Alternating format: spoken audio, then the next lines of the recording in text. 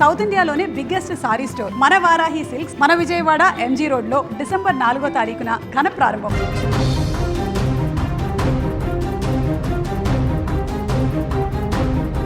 తమిళనాడులోని శివగంగై జిల్లాలో ఘోర రోడ్డు ప్రమాదం తీవ్ర విషాదాన్ని నింపింది. ఈ బస్సు ప్రమాదంలో 11 మంది మరణించినట్టుగా తెలుస్తుంది. మరో 20 మందికి తీవ్ర గాయాలు కాగా వారిని స్థానిక ఆసుపత్రికి తరలించారు. అయితే వారిలో పలువురు పరిస్థితి విషమంగా ఉన్నట్లు తెలుస్తుంది. కుమ్మంగుడి సమీపంలో 2 ప్రభుత్వ బస్సులు ఎదురెదురుగా రాగా అతివేగంతో ఢీకొనడం వల్ల ఈ ప్రమాదం చోటు చేసుకున్నట్టుగా తెలుస్తుంది.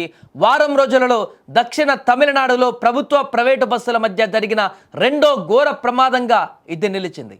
గత వారం తెన్కాశీ జిల్లాలలో జరిగిన ప్రమాదంలో 6 ప్రయాణికులు మరణించగా ఇప్పుడు జరిగినటువంటి ప్రమాదంలో 11 మంది మృత్యువాత పడ్డారు.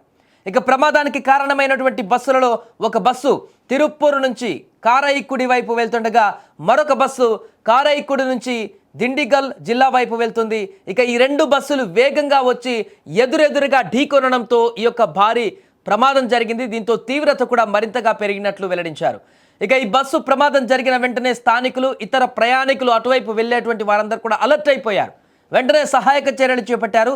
బస్సులో చిక్కుకుపోయినటువంటి బాధితులను బయటకు తీశారు. గాయపడిన వారిని వెంటనే దగ్గరలో ఉన్నటువంటి ఆసుపత్రులకు తరలించారు. ఈ ప్రమాదంలో 2 బస్సుల ముందు భాగాలు పూర్తిగా నుజ్జునుజ్జైపోయాయి. ఇకపోతే దక్షిణ తమిళనాడు ప్రాంతంలో బస్సులకు ప్రమాదం జరగడం గత వారం రోజులలో ఇది రెండవది కావడం గమనార్హం. కొన్ని రోజుల క్రితమే తెన్కాశీ జిల్లాలలో 2 ప్రైవేటు బస్సులు ఢీకొన్నాయి. ఆ ఘటనలో కూడా 6 మరణించారు. అతివేగం నిర్లక్ష్యంగా డ్రైవింగ్ చేయడం కారణంగా ఆ ప్రమాదం జరిగినట్టుగా దర్యాప్తు అధికారులు గుర్తించారు.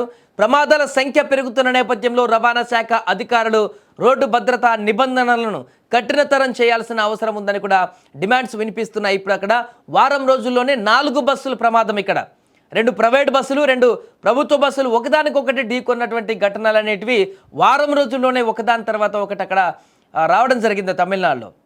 దీంతో ఒక్కసారిగా ప్రభుత్వం కూడా అక్కడ దీనిపైన సీరియస్గా ఫోకస్ చేస్తున్నట్టుగా తెలుస్తుంది. స్థానిక అధికారులు కూడా దీనిపైన ఆరా తీస్తున్నారు. ఎందుకు ఇలాంటి ప్రమాదాలు చోటు చేసుకుంటున్నాయి వరుసగా బస్సులకే ముఖ్యంగా.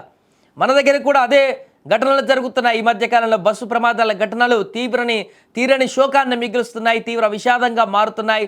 అనేక కుటుంబాలలో పూర్తిగా నిశ్శబ్దాన్ని అదేవిధంగా చీకటిని మిగులుస్తున్నాయి ఇక్కడ కూడా. సో అక్కడ తమిళనాడులో కూడా ఇప్పుడు వరుస ప్రమాదాలు బస్సులకు సంబంధించి మృత్యువాత పడేటువంటి పరిస్థితులు కూడా ఏర్పడుతున్నాయి. చాలామంది చనిపోతున్నారు. 10ల సంఖ్యలో 5ల సంఖ్య 5 మంది ఇలా చనిపోతున్నటువంటి పరిస్థితి కనపడుతుంది. మిగతా వారు చాలా సీరియస్గా ఉన్నారు ఈ ప్రమాదంలో గాయపడ్డటువంటి వారు. ఒకసారి మనకు ఆ విజువల్స్ చూస్తే అర్థమవుతుంది ప్రమాద తీవ్రత ఏ రకంగా ఉందనేది. పూర్తిగా ముందు భాగం తునాతునకలు అయిపోయింది, నుజ్జు అయిపోయింది. ఇంకా మధ్యలో ఉన్నటువంటి బస్ సీట్లలో కూర్చున్నటువంటి ప్రయాణికుల పరిస్థితి ఏంటనేది మనం అర్థం చేసుకోవచ్చు. పూర్తిగా ఒకటి చీల్చుకొని పోయినట్టుగా కనిపిస్తుంది ఆ బస్ అంతా కూడా. ప్రమాద తీవ్రత ఎంత దారుణంగా ఉందనేది చెప్పడానికి ఈ విజువల్స్లే మనం అక్కడ సాక్ష్యంగా చెప్పుకోవచ్చు.